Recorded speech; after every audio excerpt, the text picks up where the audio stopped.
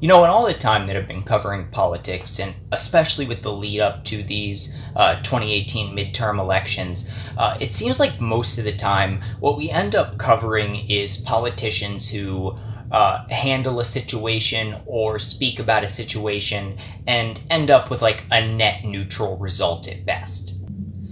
But for the first time that I can remember, at least in recent memory, today I saw a politician be presented with a situation, invoked into reacting, and absolutely step up to the plate and hit it out of the park. So this situation started off on Saturday Night Live, where a comedian by the name of Pete Davidson. Now, I'm going to be honest with you, I don't watch Saturday Night Live. I haven't in a long time. Even back in the day when I was a kid, and most people said Saturday Night Live was like good, in the 90s. Even then, I really wasn't that interested in it. But I don't know who Pete Davidson is, but I've watched this sketch because of this news story. And this man did a sketch wherein he was mocking some people, some political candidates, and specifically he got into mocking the appearance of a Texas congressional candidate, a man by the name of Dan Crenshaw, who is the Republican candidate for Texas's 2nd congressional district. And in this skit, Mr. Davidson proceeds to mock Mr. Crenshaw based on his appearance, saying that he looks like an assassin from an adult film, specifically because he has an eye patch that he wears as the result of losing his eye in combat. And you can't say that Mr. Davidson wasn't aware of this. He even acknowledges it and almost kind of like backpedals during the sketch, saying, oh, I know that, he lost his eye in combat and all that, but, whatever, basically, is I guess, if you want to call that an acknowledgement of wrongdoing, I guess you can. It's a pretty hollow one. Now, immediately, of course, people were incensed by this. A lot of people were outraged at Saturday Night Live and at Mr. Davidson specifically, saying that it was wrong of them to make fun of veterans for their injuries. And I think that's something we can all agree on, right? Republican, Democrat, it doesn't matter. It's just not in good taste, and even more so because he was honorably serving his country. And was wounded in combat. This man was a Navy SEAL serving overseas, and he was hit by an IED and lost his eye. And that's a terrible thing. And, you can't, that's, kind of even more off limits than normal, I think. But I, in particular, kind of waited because I wanted to see Mr. Crenshaw's response. And to be honest with you, I was kind of expecting it to fall along the same normal back and forth that we see all the time. Somebody on the left says something wrong about somebody on the right, and the right acts incensed and demands an apology and calls them an awful person, and then it'll go back the other way and the same thing will happen, only in reverse.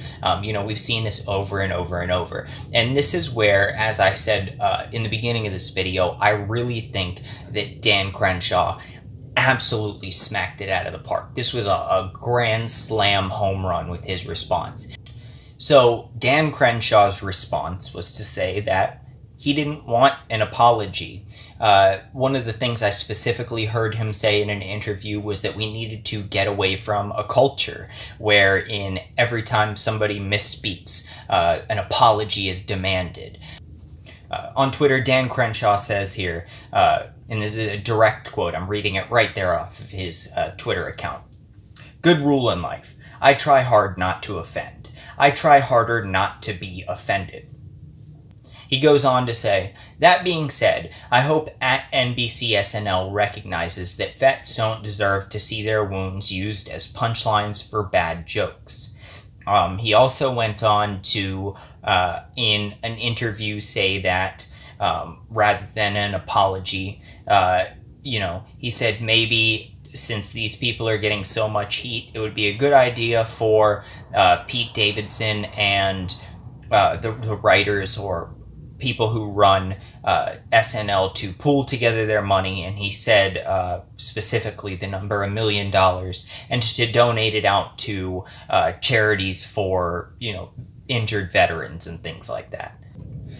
To me, this says so much. One of the biggest things I've been very critical of certain people on the right for in the past is that they constantly say, oh, the people on the left are just too sensitive. We need to stop being so sensitive and censoring people's speech and stuff like that. But when it comes down to it, when it comes down to it being somebody that they support or themselves who is offended, they're just as quick to demand apologies and point out why you can't say that.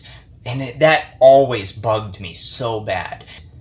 But in Dan Crenshaw, I in his comments here, I see a man who has those beliefs and actually stands behind them.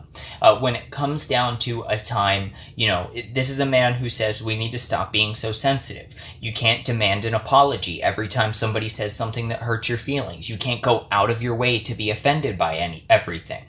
But when it comes time for him to be the one who's offended by somebody's comment, he stands behind those words. He still doesn't act offended and outraged. He still doesn't throw up his arms in disgust and say, how could you?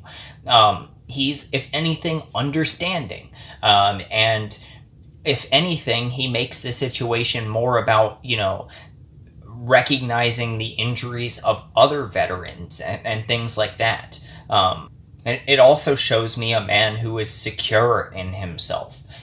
Dan Crenshaw, in his response here, does not come off as a man who is hiding behind insecurity about his injury. He is proud of his service. He's proud of who he is. And to those of you on the left, how can you not get behind that sentiment? Like, that's somebody really living up to his words. And to those of you on the right, take his lead. We can stop calling for the head now of Pete Davidson and SNL. The guy made a bad joke. It happens. It was really tasteless. Who hasn't? Let's carry on. Hopefully, some good will come out of it, and he'll take Dan Crenshaw's advice and he'll donate some money to veterans. And at the end of the day, the net result of all of this is that a little bit more money will be out there to give to disabled veterans who need it. So that's it. That's my thoughts on this. You guys, please don't forget, like, subscribe, all that stuff. Less than 24 hours until the election, probably less than 12 hours by the time you're seeing this. So next time I see you, we'll be talking about election results. Peace.